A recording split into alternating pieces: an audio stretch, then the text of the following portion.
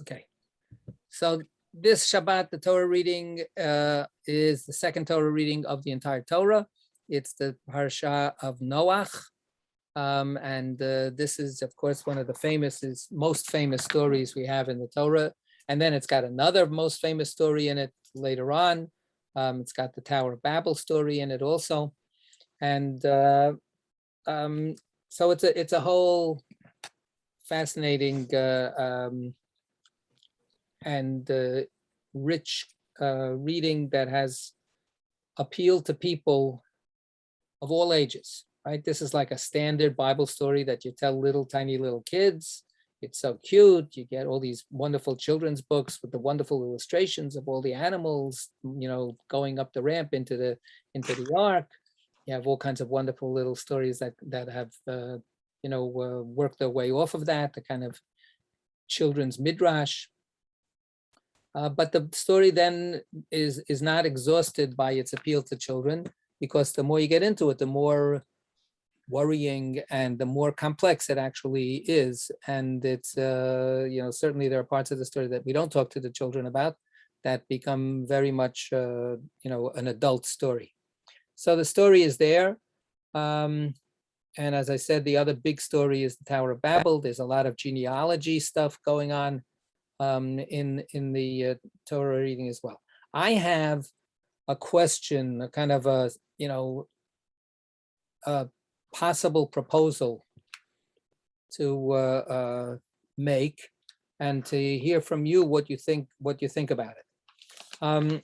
We have been, thankfully, wonderfully, studying the Torah portion of the week year in and year out now for quite a bit of time, and obviously Shomrei's been doing it even before I came on the scene. So, and that's all to the good. It's something that we read the Torah every week, every year, and so on. But I was wondering, would there be interest in approaching the Torah reading through the weekly Haftarah, through the Haftorah? Yes. And using that text, seeing how it connects up, of course, with the Torah reading, but also giving us a whole different taste of a different period in the development of the Torah, and the different voices and so on. So, yeah. Okay. Yeah. So I hear from Jen and from Geraldine that sounds like a good idea. Don't hesitate to say what your thoughts are. If you don't think it's such a great idea, that's also important to hear. You've heard from me and Geraldine. What else do you need to know? I mean, we're good. Exactly, but why not? Remember, this is being recorded. Why not approach it from that? I one time asked you why you didn't talk about the Haftorah at shul, and you said because it would make the service too long. Right, which is, of course, the cardinal sin. God forbid, before we got the 10 commandments, there was this one commandment, but then God saw that we really couldn't keep it. So God said, okay, forget it. I won't give you that one commandment, which is you shall not make the services too long. Instead, I'll give you the 10 commandments, because that's something that I hope you'll be able to keep. But that, that was the original intent, just not to make the services too long. So, yeah. So we have this opportunity. So maybe I'm beginning to see that there's a positive response here. Does anybody want to make any argument against? It's not against, but I just want to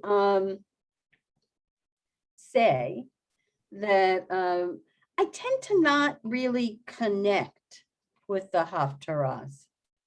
I don't. Maybe that's a good reason to look at them more. Maybe I'm open to it. I certainly am open to it. Audrey, not even the Godfather Haftarah, where David's telling Solomon everyone he has to eliminate in order to keep Israel especially going. not that one. Yes, Nick. If I don't like mob bosses. I don't. They're all kings, and it's like a lot goes on there that just makes me feel like, I could. It's a really fun Haftarah, though. Okay, well, we're not there yet. That's off topic.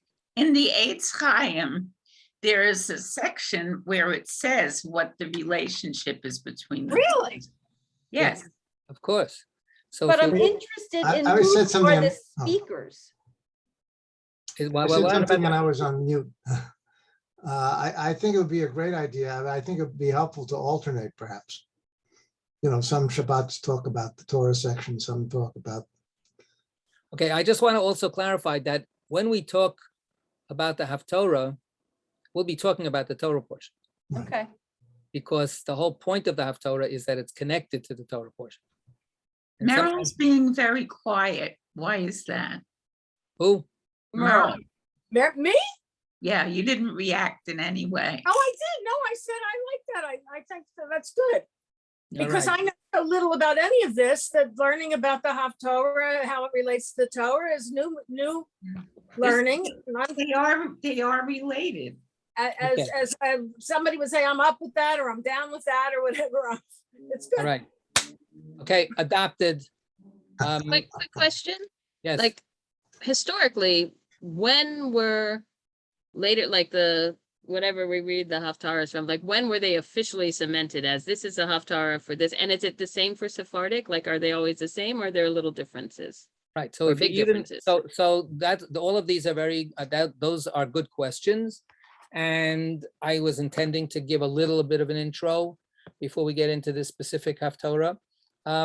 For your information, the Haftorah in Eitz Chaim is found on page 65. Right, but as Geraldine mentioned, the Eitz Chaim Chumash always has an introductory page or so that lays out a little bit of the historical context of the particular Haftorah itself, and it always has a section that says relation of the Haftorah to the Parsha. It tries to make some kind of explanation about what is this Haftorah doing here. So that's where we'll kind of start in a general kind of way. And in general, we take it for granted that we have a Haftorah every Shabbat when we read the Torah reading. We shouldn't take it for granted. We should try to think a little bit about what is this phenomenon. We don't always have a Haftorah when we have a Torah reading. If we have a Haftorah, for instance, Shabbat, if we have a Torah reading on Shabbat afternoon or on Monday and Thursday, we don't read a Haftorah. We only read a Haftorah when we have a major Torah reading, so to speak, the weekly Torah portion, fast days, and festivals. So then we have a Haftarah. So what is a Haftarah? A Haftarah is a reading from the books of the prophets. Right? We understand that eventually the Bible, the Hebrew Bible, was divided up into three sections. There's Torah, Nevi'im, prophets, and Ketuvim, writings. And those three sections, if you take the first letter of each one, it's Tanakh. The Tanakh, the Ta is Torah, the Nach is Navi, prophet, and the Ch is Ketuvim, the writings. And these are three distinct sections of our Bible. The Torah is the 5 books of Moses. The prophets are a whole bunch of books. According to the traditional count, there are 24 books. It's a library, the Tanakh, our Bible, right? So 5 of those books is the Tanakh. And then you've got a whole bunch of books, and can't even, because it's like the major prophets and the minor prophets, the early prophets, the late prophets.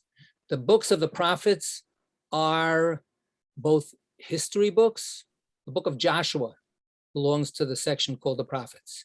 The book of Samuel, the book of Kings. Those of you who may be looking in the 929 study group, you've gone through these different books. So there's history books, and then there's and in those history books there are prophets mentioned. The prophet Elijah is mentioned, the prophet Nathan is mentioned, Huldah, Deborah. There are different people that are prophets, but those prophets are mentioned in those books, but they don't create a body of literature. The literary prophets are Isaiah. There's a book called the Book of Isaiah, which is all prophecies. I mean, some historical stories also, but it's prophecies. Jeremiah, Ezekiel, and then you have the 12 minor prophets. Hosea, Amos, Habakkuk, Jonah, etc. So those are the prophets. And then you've got the Can writings. we jump in and One ask second. questions? Wait. Not yet. And then the writings are the third section. So the writings are also a hodgepodge. The book of Psalms is a major part of the writings. The book of Ruth, the book of Song of Songs, and so on. The rough distinction that was made in the tradition, not talking about biblical criticism and so on, the rough distinction that was made is levels of divine involvement in the book. The 5 books of Moses, God is directly, totally communicating in those books. The prophets, just by the word prophets, they're mediating between us and God. Moses is not considered the same. We say Moses is different than all other prophets because Moses is this channel of God. The prophets actually are personally conveying their experience of hearing God's word. So that's a different phenomenon. So that's the prophetic books are one step sort of away from divine communication, divine inspiration, right? And divine, revelation through personal ecstasy. Then the writings are not God speaking, but humans speaking. The book of Psalms is humans reaching out to God. It's not, this is what God says, thou shalt not kill, or love justice, or whatever. It's God, you are my shepherd, I shall not want. God, I will praise you every day. God, why have you forgotten me? It's prayer. So it's human in its source, as opposed to divine. It's reaching out to God, as opposed to having God suffuse the human being. So those are the 3 levels. One more word, and then Audrey, and then you'll come in. We obviously read the Torah regularly. That was a tradition that developed over time. It's not mentioned explicitly in the Torah. You should read the Torah portion every week. It doesn't say that in the Torah. We adopted that practice. And we also are regularly involved in the writings. How are we regularly involved in the writings?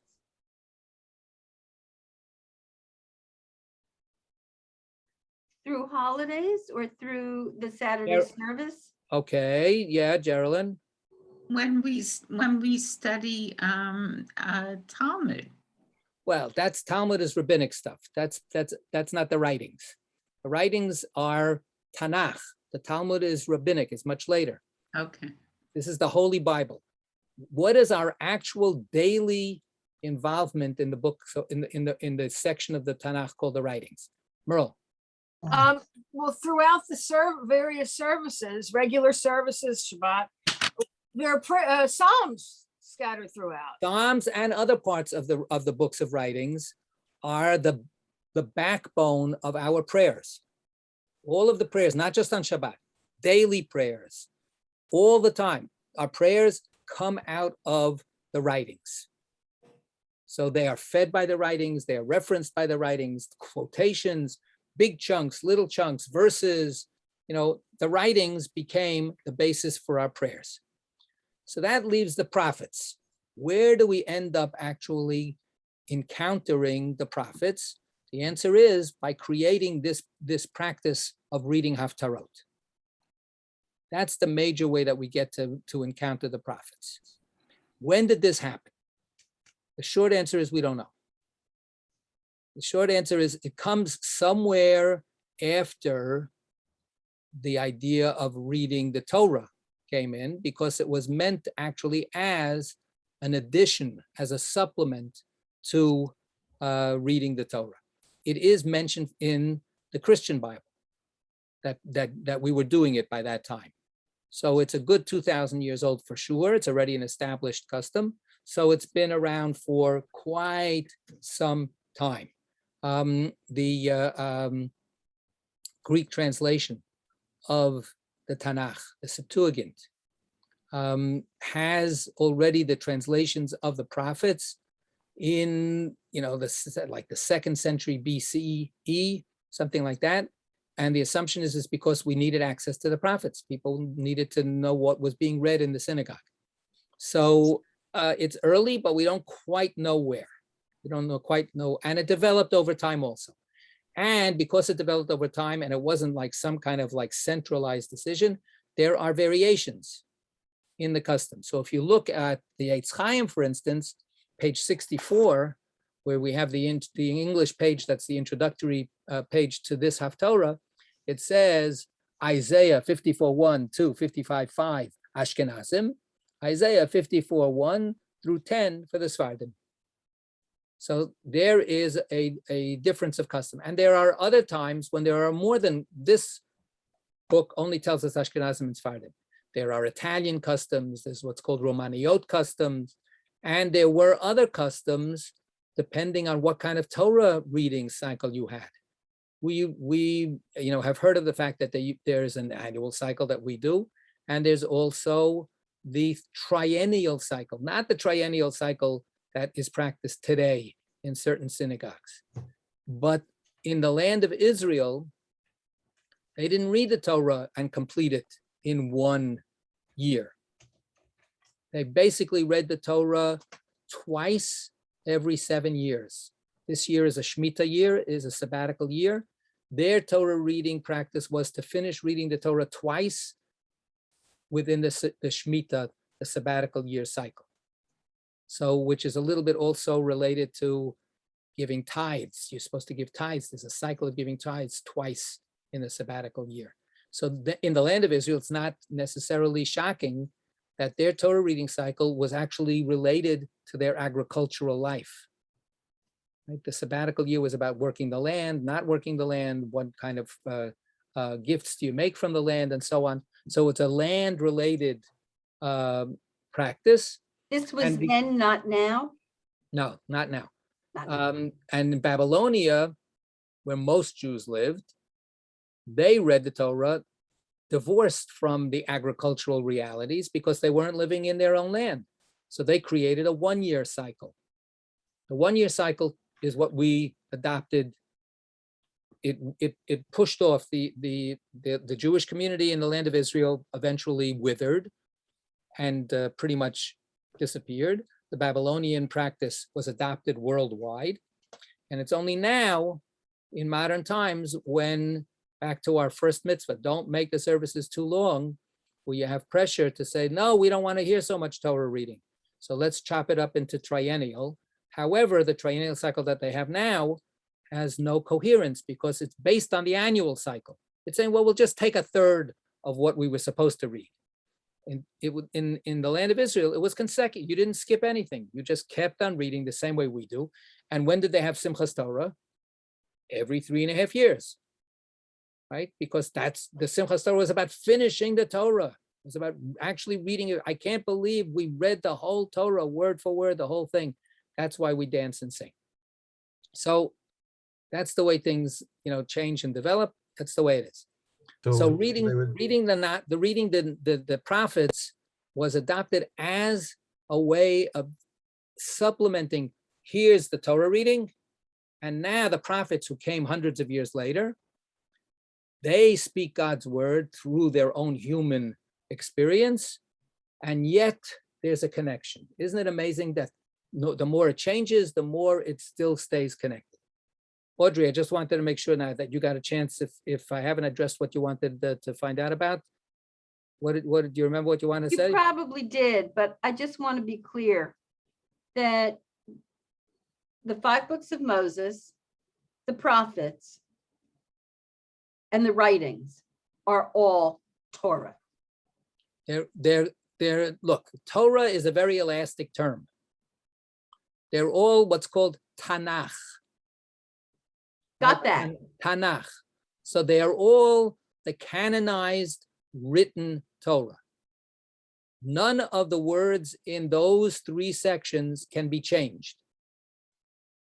Right? Anything that follows after that, the rabbinic writings and so on and so forth, there's also Torah because it's related to the Torah, it's related to studying God's word and so on, but it's not written in stone, right? The words of the Torah, the words of the prophets, the words of the writings, we don't change them. Oh, I want to write an extra chapter. I'm so inspired by the Song of Songs. I think I want to write an extra chapter to include it in the Song of Songs. You can write anything you want. It's not going to be included in the Song of Songs. It might be terrific and beautiful and great.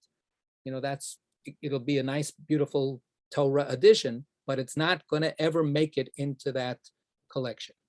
That's a closed, sanctified collection, sacred scripture, right? Jen, you wanted to say something, then Geraldine. Question. So, okay, putting like Isaiah and the prophets and other things, like where you seem to have like, we have Isaiah's words and maybe he's narrating or someone of his school is narrating or whatever. Like, it feels like we give that same authority to Joshua and especially like Samuel, Kings, like Kings, especially like Kings seems like, okay, I'm going to tell you, write you a history. It doesn't have the feel, even if it deals with prophets sometimes, it doesn't have the feeling like Ezekiel or Isaiah. So why do we say like something like Kings? I assume Chronicles is not like Chronicles is story. Is writings, right? Is writings. Right. So why isn't That's King's a- so writings? that's a great- How did that's a- King get that authority? So this is, we're not going to be able to, this could be a whole study, and believe me, people spend their whole lives studying this kind of stuff. This Okay. is biblical studies. But the short traditional answer is that the book of Chronicles and the book of Kings overlap tremendously. Mhm. The book of Chronicles was written by historians. So it's got it's got a stamp of approval, but the book of Kings was written by prophets.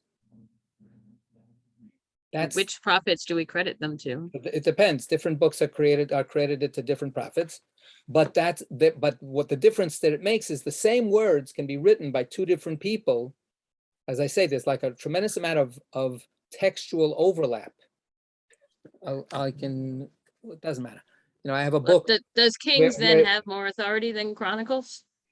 Kings, because it's mostly stories, it doesn't have more authority for us, because it never tells you really what to do. Right. That's not the source. That's where the Torah has more authority about that.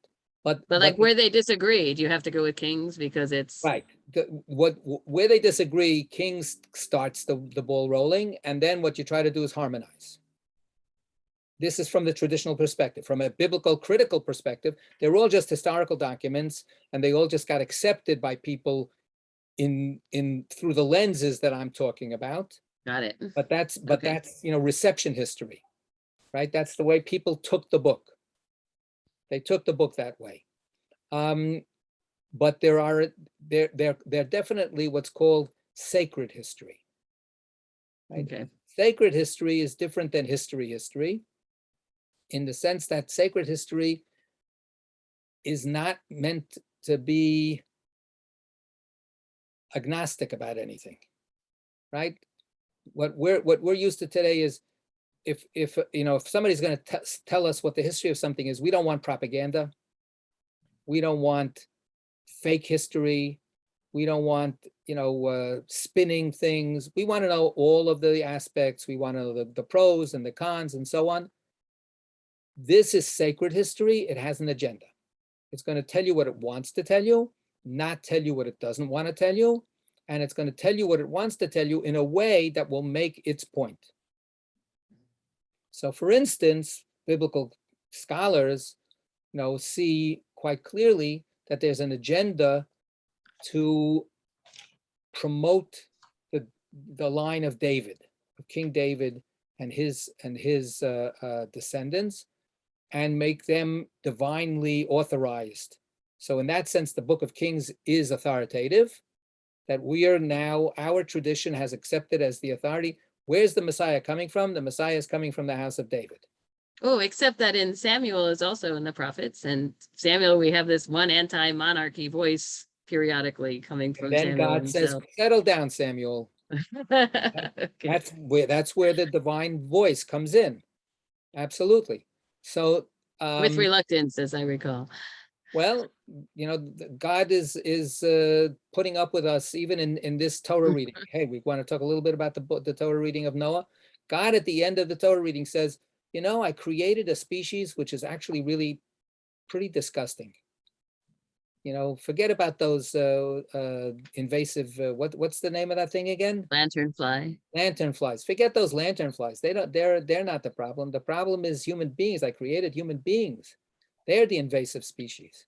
They're bad all the time. God says it. Yetzer lev adam rak ra minov. And yet God says this after God makes a covenant to save the world through Noah. And that's where God says, what? But I created this human being, and this human being may be an invasive species, but this human being has potential. This human being species can actually maybe, do magnificent things. And even when they do bad things, they can do tshuva, they can repent, and they can clean their act up. That's not the way it is for any other species in the world from the Torah's perspective. So God making do with humanity and God figuring out how to, adjust is one of the great stories of the Torah and beyond also. Those of us who are studying in the Talmud, we see that in the Megillah rabbinic discussions as well. So that's what's going on. So somehow or other, there had to be people choosing how to read, what to read from the prophets. But again, I want to highlight the decision. The decision was, we want to stitch together a sense of tradition. The Torah comes from Sinai, comes from God, 5 books of Moses, again, closed. You can't add anything to those 5 books. And yet something keeps on living and echoing and reverberating through the prophets. So the idea of reading a prophetic portion is a statement that those 5 books of Moses are not just an ancient book, that you should open.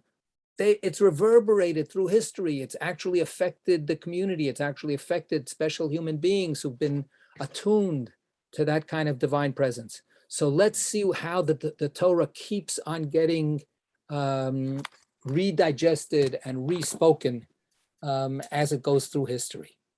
So that was the idea of saying, okay, so now can't make the services too long. Let's take a chunk of one prophetic book and see if we can find something that would be an appropriate reading for this Torah reading, right? That will have echoes, or sometimes, an extra explanation, or sometimes the putting them together makes you start thinking about, there's like sparks. They push against each other. So with that, we still have a bunch of time. The Torah reading is from the book of Isaiah, and it starts from chapter 54, verse 1. And a little note about the book of Isaiah. The book of Isaiah, according to biblical scholars, is actually 2 or 3 books put together. Traditionally, it's one book, and Isaiah is saying all of these different words. There's whatever it is, 66 chapters in Isaiah, something like that. But there's a big difference between the way Isaiah mostly talks through the first 39 chapters and then the second half of the book. And sometimes people take the second half and they chop it into 2 also. There's a difference between the first half of the book and then from chapter 40 on is sometimes called Deutero Isaiah, second Isaiah. Because the first part of the book, Isaiah is like fire and brimstone. Isaiah is angry at all the people and he's a prophet of doom. And he's saying, this is going to be, God is really angry at you and God is going to destroy everything. Isaiah lived in the 8th century BCE. He lived in the 700s BCE.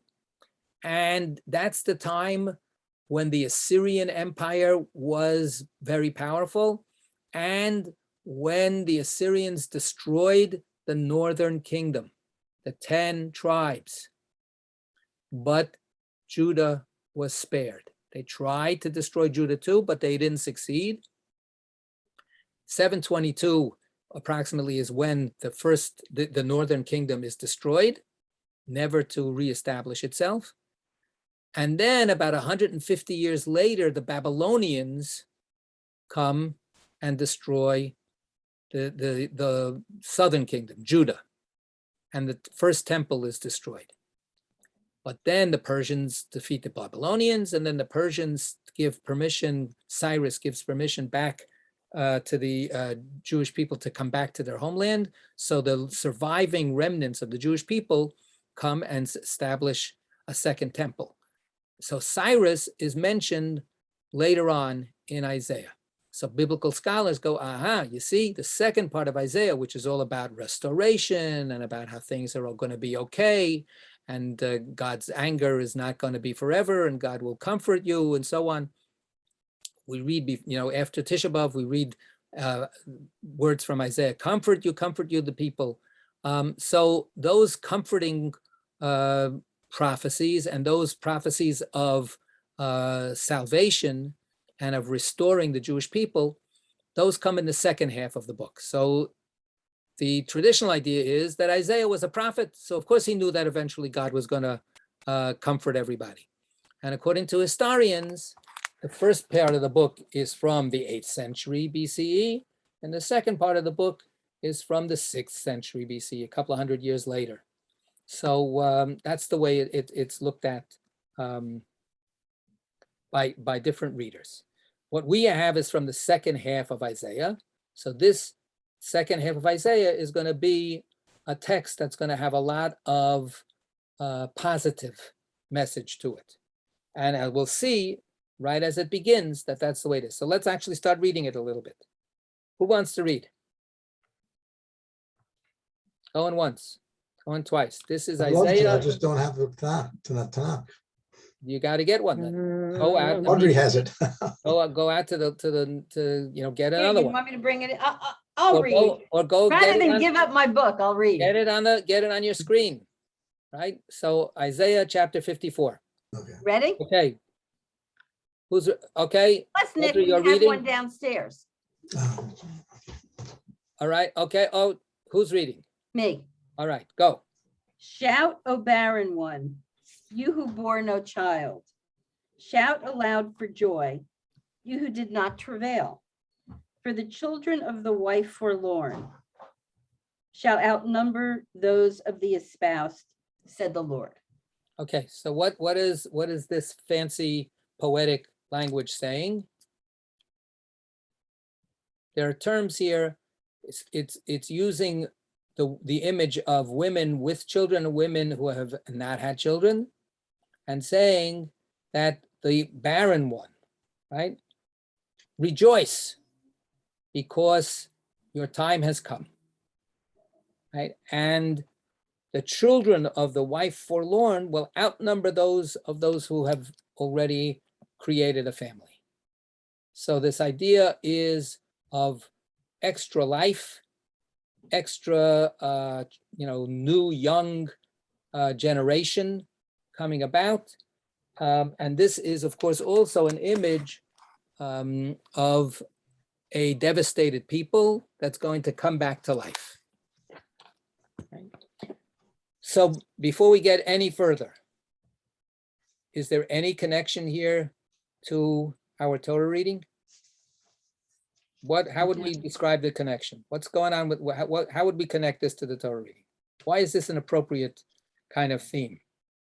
To me, it seems that because Noah had this desolate, ruined place, we think, after the flood, but he came and he made sacrifices, and he and his children are reigniting the human race.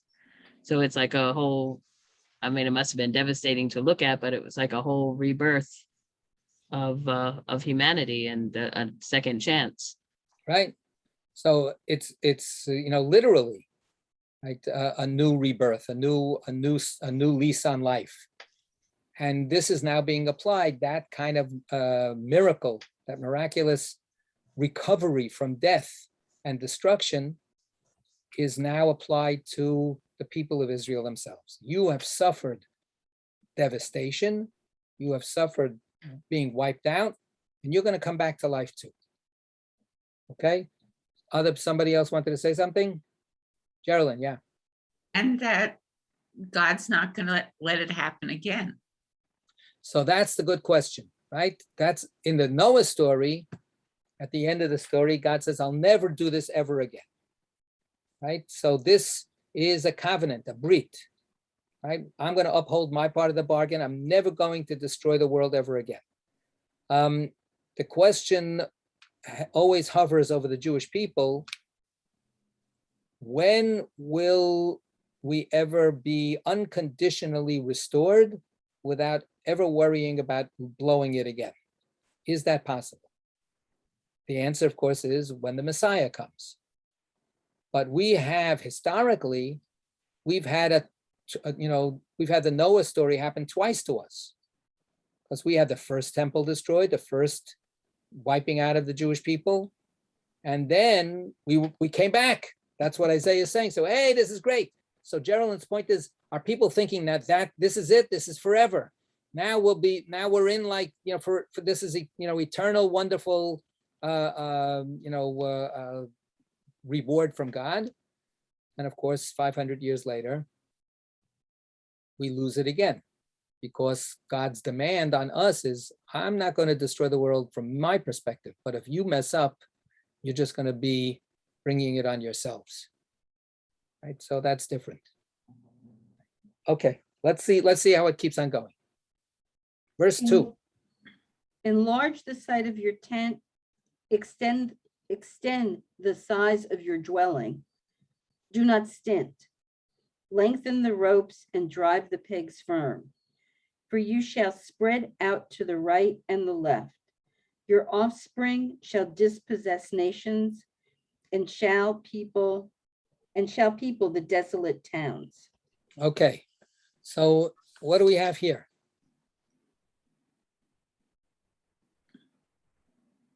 Well, that you can expand. Things are good. Right, you're going to proliferate. You're going to need more room. You're going to expand because there's going to be more and more of you. You're going to take over more territory. Desolate towns are going to be repopulated, and there's going to be a whole gentrification project going on here. If anybody gets in your way, you'll push them aside, all your enemies, because of course the Jewish people have suffered devastation from enemies. There have been enemies that have completely almost wiped them out. Forget them. Don't worry. You're gonna overcome them. That's not going to be a problem. Anything about Noah echoing here?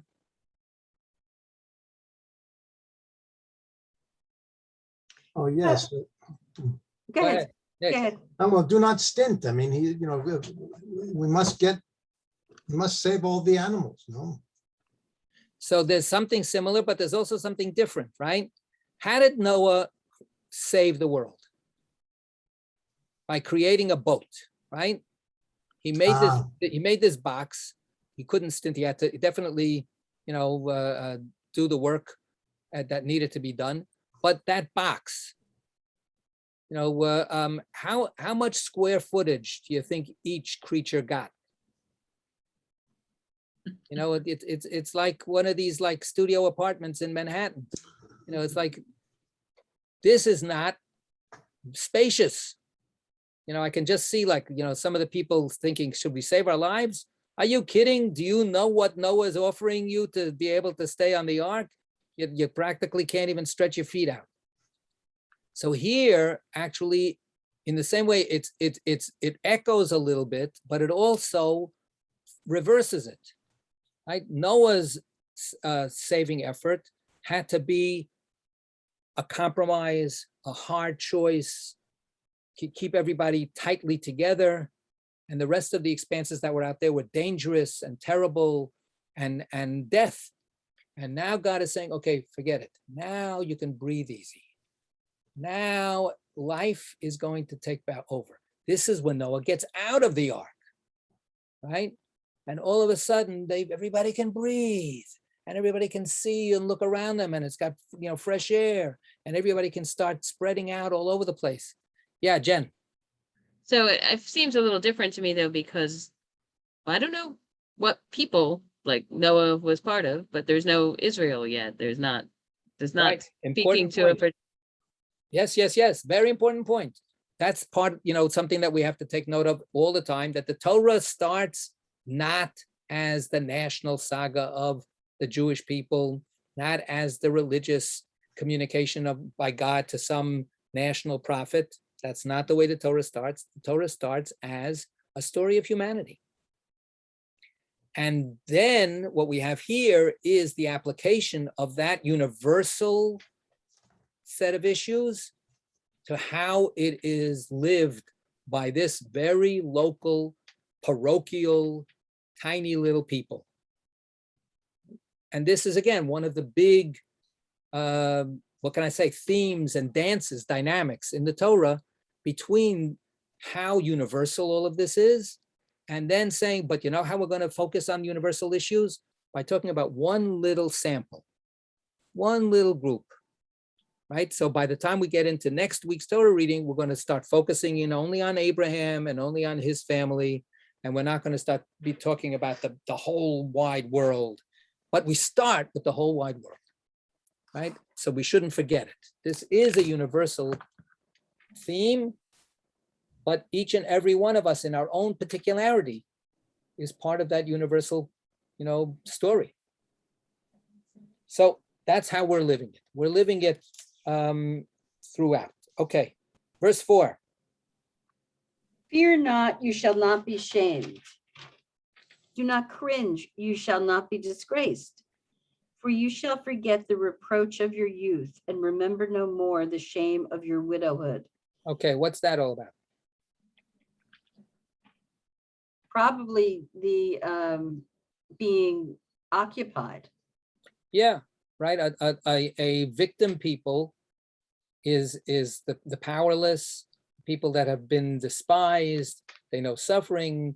They know people who don't think that they're worth anything, right? And you internalize that and you go, well, if everybody looks at me like I'm nothing, I must be nothing.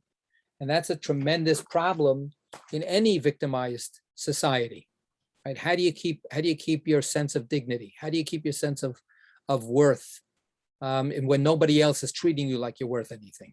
So here God is acknowledging that I know that you've gone through stuff that makes you feel like you're really worthless, but you're not going to have to feel ashamed ever again.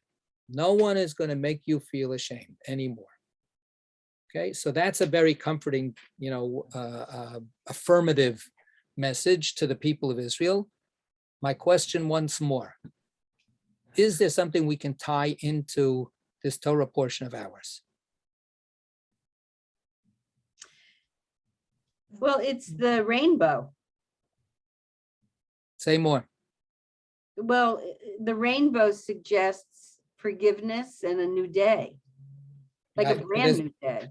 Right. So the big, you know, theme of God being comforting, reassuring, promising goodness, that comes, of course, with the rainbow. Yeah. Do we have any shame stuff going on in our Torah reading? So that's the one tricky thing about doing the Torah. You actually still have to read the Torah reading ahead of time so that you can remember all the pieces. Jen. Something went on between Noah and one of his sons, or I think it's kind of obliquely referred to as Ham, maybe saw his father's nakedness in some sense, or Noah was drunk and he saw him naked or something. Right. Yeah. So it's a little bit sketchy in the way it's told in the Torah. It says that this is after Noah, the most righteous person, the righteous person, forget it, most righteous, the only righteous person of his generations, the one human being, you know, singled out by God to save from the whole muck and disgustingness of human beings. He builds the ark and takes care of everything. Then when he comes out, he plants a vineyard, he makes wine, he gets drunk, and he's rolling around naked in his tent. he's completely lost it, right? He has no control over himself. He's just a drunk with no sense of dignity or shame, right? We cover ourselves up with clothes because we don't want to be seen naked in public, right? He's lost any concept of that until when he sobers up, he finds out that he was seen, right? He was seen by one of his sons, and his son saw him rolling around hopelessly drunk and didn't do anything about it. And instead went out and told his brothers, Pops has lost it completely. Can you imagine the old man is just, rolling around in his birthday suit, right? And he doesn't lift a hand to help him. And when Noah hears that, what does he feel? Furious, as I recall. So all we know is that his reaction is furious. He curses out Ham's. I don't want to go into all the details, but that fury very much could come out of that sense of shame, right? Because now he finds that he has shamed himself and been exposed. He exposed himself, right? He exposed himself, and he was seen to be, just this helpless old drunk. And the reverberations historically were terrible, because his curse to the family of Ham was used as an excuse for racism and for slavery and all of that. So his sense of humiliation created a class of people down through history who other people felt they could humiliate. Right? Shame begets shaming. Shame makes people take it out on other people and shame them and treat them like dirt. So that was, the way people, excused their prejudice against people of color. Oh, they're from the family of Ham, and the Bible curses them, so of course we can mistreat them and so on. And here God is saying, I'm taking away the shame. If there's still shame around, there can't be restitution. There can't be peace. There can't be wholeness. There can't be any salvation. So no more disgrace. And we have time for maybe David, yeah. In a sense, Noah reaps what he has sown. Noah takes care of himself and his family, and there's a narrow march forward. Everyone else is drowned, and doesn't seem to look around or extend himself toward others. And the same would be true for his son. Didn't seem to extend himself to his father. Looked past it, whistled past the graveyard. So that's part of an ancient, long-running discussion about how do we see Noah. Yeah. What was Noah's reaction to the rest of the world's evil? And we looked at that in Zohar, and it's in the Midrash, and anybody that reads these stories down to this very moment as we speak, this is one of the great themes, right? Do we see Noah? He's supposed to be a righteous person. Why doesn't he cry out? Why doesn't he say something? Why doesn't he do something with regard to everybody else? So I can't get into that. It's a huge, very worthy discussion. So if you want to take it from that perspective that you were saying, that he really wasn't so concerned about anybody else, and now he got, like you say, he reaps what he sows, because now somebody looks at him and doesn't care about what's going on with him. But you could flip that. We have only a half a second. You could flip that on its head. Even if you want to accept what you said, that in the end, Noah basically just cares about his family. But that's what he does, right? He saves his whole family. Can he expect that his family should care for him? Now, don't care about anybody else. But how about caring for your family? I mean, I think that that's one of the sad things here. that even if Noah is limited in his vision, he's got blinkers on, but he knocked himself out. It doesn't say that his 3 sons were righteous. It doesn't say that his family were good people. He saves his whole family because he's righteous. So doesn't he have the right to at least expect that his son is going to, look out for him? So I'm just giving that as a counter argument to, to what you were saying. So, okay, Geraldine, last remark, and then we're going to close down. God didn't give Noah a choice. Well, in that sense, nobody had a choice. If you wanted to live, you needed to do some things, but he's the only one who did it. Right. So yeah. Jen has a great comment in the chat. Uh-oh, the chat. That's always my downfall. Maybe Noah was drunk because of the devil. Yes. Some people say that. Absolutely. This is post-traumatic syndrome. This is survivor guilt. There's so many different ways to think about it that way. Like, oh my God, look at this world, that now I'm supposed to put everything back together again. Absolutely. So look, we read 4 verses from the Haftorah, and look at how much light they shed on thinking about the Torah reading. Okay, not bad. Yasher koach. Thank you for going along with it. Thank you. Let's keep trying. Wait, I have to do this whole other thing. Wait. Thank you.